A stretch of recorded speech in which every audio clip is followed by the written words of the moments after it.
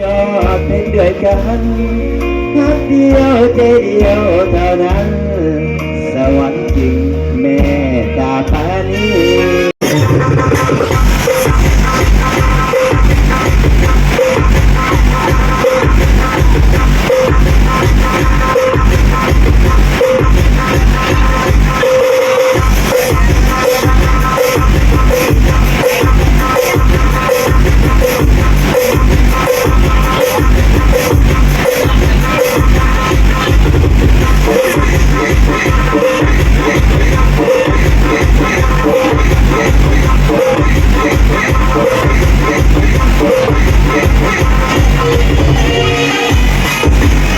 มือที่สองเด้อพี่น้องตู่เฮามาเฮือนหลังที่สองเนาะอันนี้ก็เฮือนดองคือกันเด้อ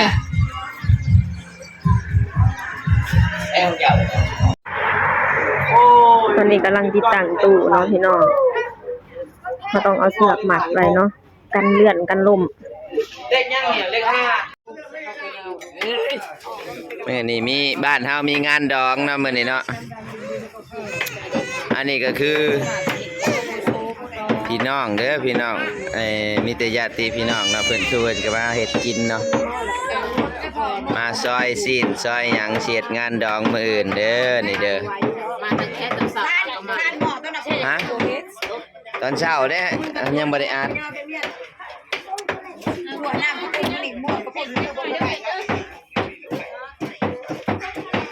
ทางนี้ก็ซอยซีนทางนี้ก็ซอยหยังก่อนเครื่องในเผ็ดลาบเนาะมื้อ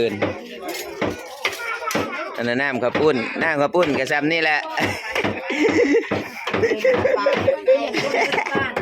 เปิดบ้านนอนพอครัวเฮาทางนี้เนาะอันนี้เฮ็ดหยังอันนี้ซอยกินอันนี้ทางนี้ซอยจะปิ้งทางนี้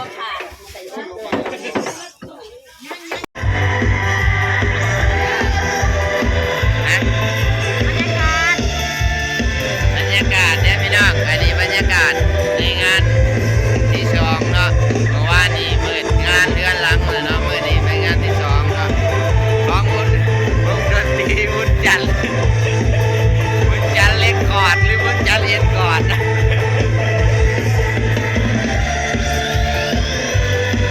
อันนี้ก็เป็นงานที่สองเนาะ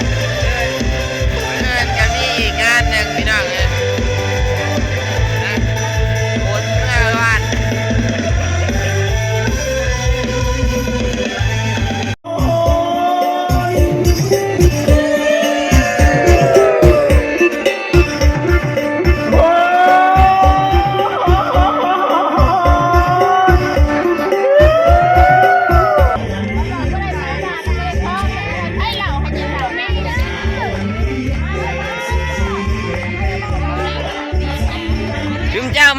เจ้ามายัง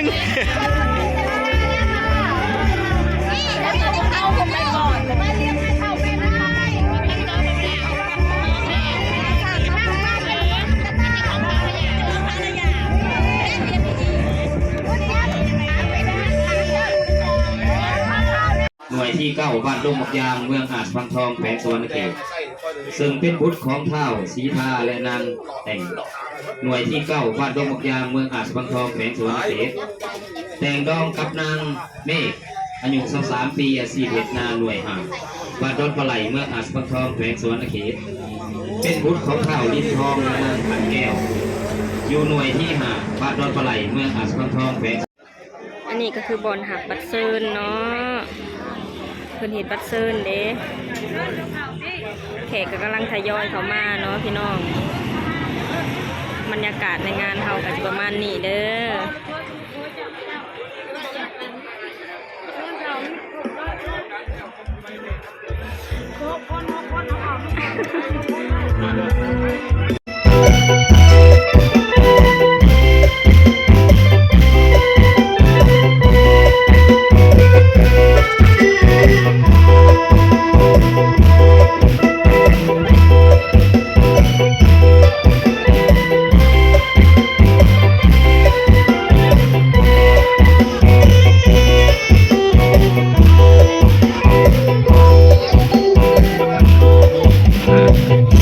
ทั้งสอ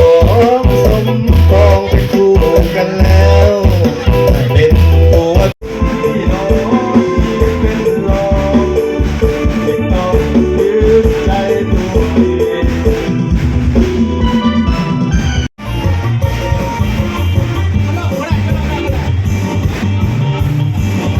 วันตาน้องเลยที่มาทันสัปดาห์รอบอายุตา